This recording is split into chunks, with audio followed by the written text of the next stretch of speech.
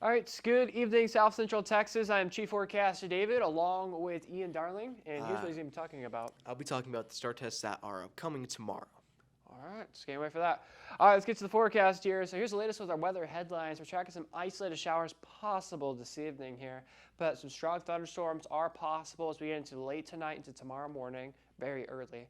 And daily storm chances are expected this week. All right, so take a look at our future track radar here. This is right around 7 o'clock. There could be a few isolated blips of green if you look at the radar. Again, isolated showers are possible by after 8 p.m. The precipitation chances should be over. 9 o'clock looking all right. Here's 10 o'clock, looking pretty dry. But off towards the west, we'll have to keep our eyes on with these cluster of cells. These will be supercells that will have developed out in West Texas. There'll be clusters as they come into potentially Kendall County, Bexar County, maybe even towards Mason County. So we'll keep eyes on this.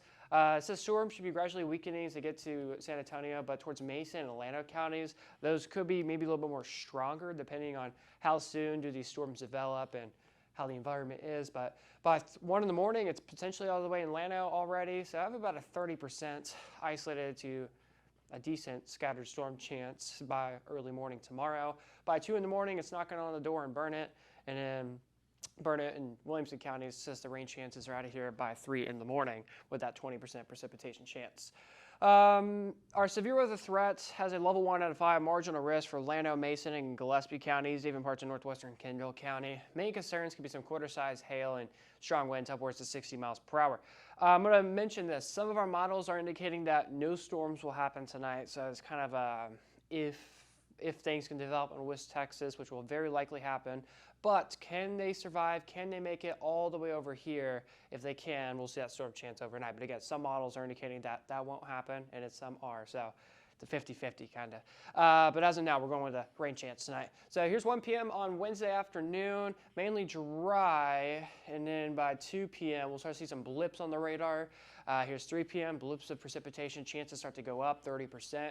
Widespread isolated showers and storms by 4 p.m. And here is 5 p.m., 6 p.m., isolated shower storms across south central Texas. And then 7 p.m., still got some of those isolated showers. And still lingering around 8 p.m., maybe a cluster of storms towards our north will make a band into parts of Williamson and Milam counties. So we'll keep our eyes on this. So rainfall amounts anywhere from nothing, because again, these will be isolated storms, so they're going to be hit or miss. So if you get underneath the right storm, you could pick up near a quarter of an inch of rain. Some of our models, like some of our models predicting like towards Gonzales, Bastrop County, maybe Atlanta County, near an inch, over an inch and a half probably. Our models are saying that multiple storms, isolated storms, will come into different areas, but don't really keep your eyes on exactly where the prints of precipitation and where the rainfall amounts will be at.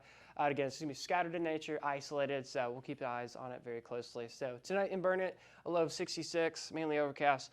Storms possible tonight about a 40%. Tomorrow in Burnett, high of 84, partly cloudy with again a few isolated to scattered storm chances. Meanwhile, in the next 7 days here, we got again those isolated storm chances will be the highest on Wednesday. And then as we get more into closer to the weekend, those isolated storm chances will go down in coverage. Also temperatures in the middle 80s, eventually upper 80s Saturday and Sunday, with holding on to some isolated storm chances. So not looking like a washout right now.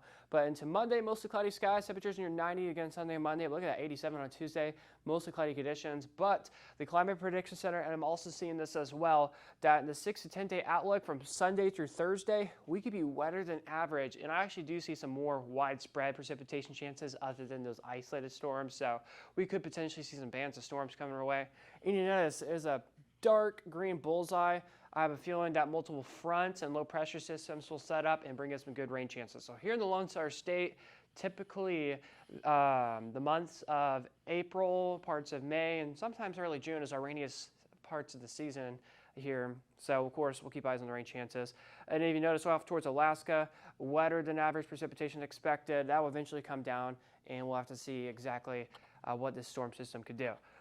Probably in about 2 weeks from now. So taking a look at our socials. So of course, if you ever have questions, comments, or anything like that, make sure to reply underneath this video here. If you're new, subscribe, and of course, leave a like.